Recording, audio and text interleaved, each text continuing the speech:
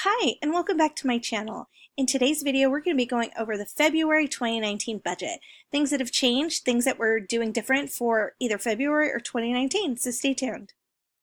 All right, so as you've known, if you've been following me, I have a new job. It's only my second month, so all this is new. It's still going to be a work in progress until I can figure things out. Like, for example, my bonus checks, daycare reimbursement, things like that. So far so good. We have luckily budgeted somewhere around 11,000 to come in. Could go up, we'll see. I pay our mortgage every other month, every other week. So if you're curious as to why I do that, I'm trying to pay off our mortgage a lot faster. I do have a video I've done down below where you can see why I do this and how it would save you probably up to 7 years off of a 30-year fixed. So I do that on both my primary home and the condo that we own. Childcare. So childcare, this is where it's going to get a little tricky. I am going to be traveling for work. So in those weeks, my kids will be going the full week. Right now, they only go 4 days a week. And I have to factor that in. I also have to factor in weeks or months where we have 4 weeks and months where we have 5 weeks because the daycare that I go to charges us per week. So this number is going to fluctuate if you follow me. Gas and electric, we did already get this in the mail and it did go up by $89 and I was curious as to why.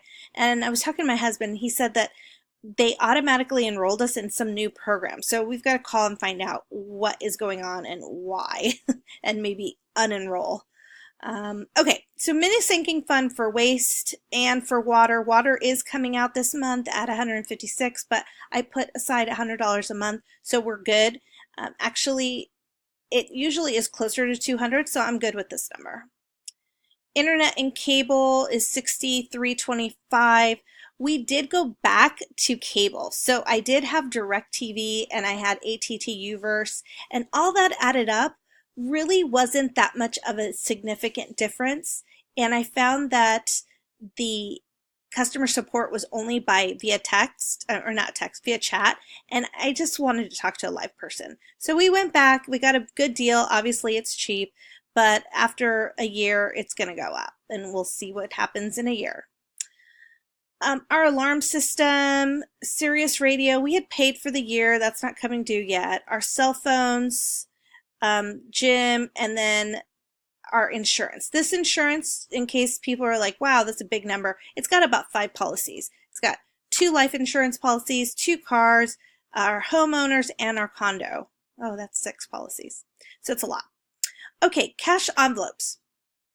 If you follow me, you see that I just posted a cash envelopes video. I won't go into it here, but this is where I keep track. If you're curious, go ahead and check out that video.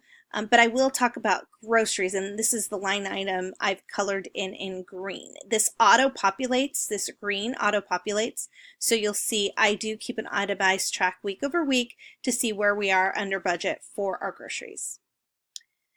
In the electronic sinking funds, I still owe you guys a video on my electronic sinking funds because I love these. We use Capital One 360.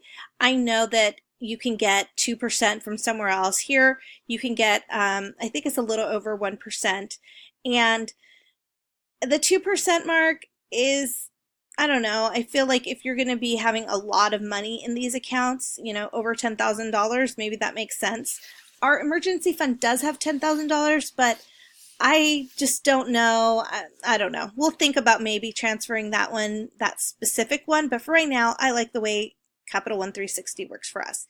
If you're curious, you can check out my link down below and you get $25 and I get $20 if you open up an account with at least $250 in it.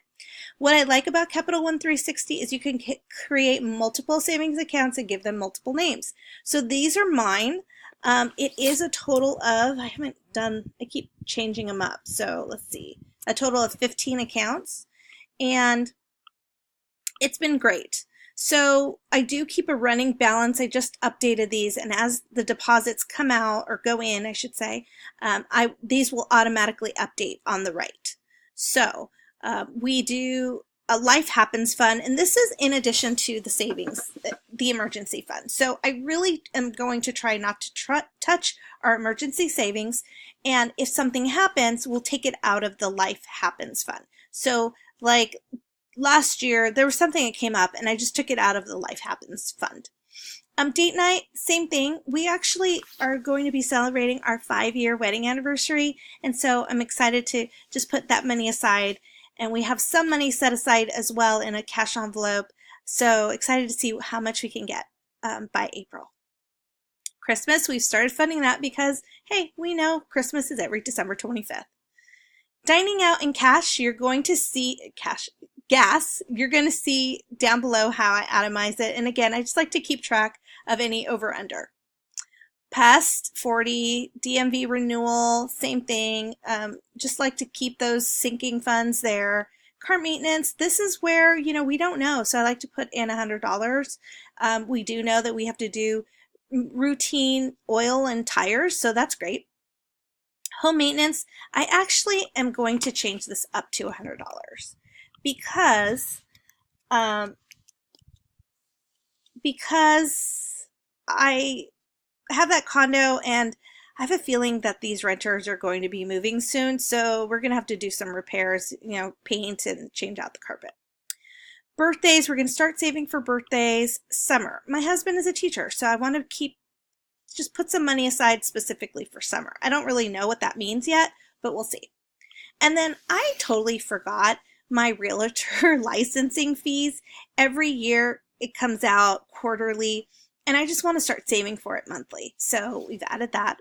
And then medical, just for co-pays and, medicine and stuff like that. Okay, so total sinking funds is $1,200. And then the only snowball we have is my student loans. So excited. And as much as I keep putting in these sinking funds, I know it's taking away from our snowball, but we'll see what we can do to get down and get this taken care of by the end of the year. So I do also factor in unexpected expenses, Amazon, and medical issues if there are any. So for now, nothing is staring at me. And for right now, it looks like we can put an additional $2,000 towards our student loans, which is so exciting, guys.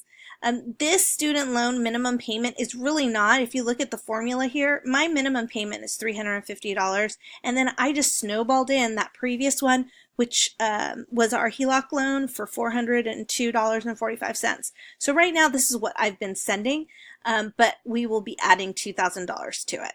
So I'm so excited about that. And if you remember up below, I said I itemize things. So let's just show you what that would look like. So if I did groceries, at Costco for $25, and then I also went to Safeway, and who shops at Costco and can get out of there for $25, but let's just pretend. You'll see that it is a total of $75. And if I come back up here in the green, you'll see that I spent $75 and that I still have $325 left. So that's kind of what I do. If you're curious on this spreadsheet and you would like to keep it and try to figure out and work it as your own, feel free to click on my link down below. It is a free copy. I don't charge anything for it. I think that it's amazing that we can all share, and I've learned so much from the YouTube community, so I'm just going to give it to people. You want to make sure to make a copy and not request access, because it's a Google Sheet and anybody can have access to it as long as you have the link. So that's it. That is my February February budget. And if you have any questions, let me know. But I'm curious as to, have you changed anything for February? Did anything change for you guys for 2019? And what are you doing differently? I'd like to know. Tell me down below. Thanks. And if you're new here, consider subscribing. We go over my cash envelopes, our budget, and other videos to come. So with that, I'll talk to you in the next one. Take care. Bye.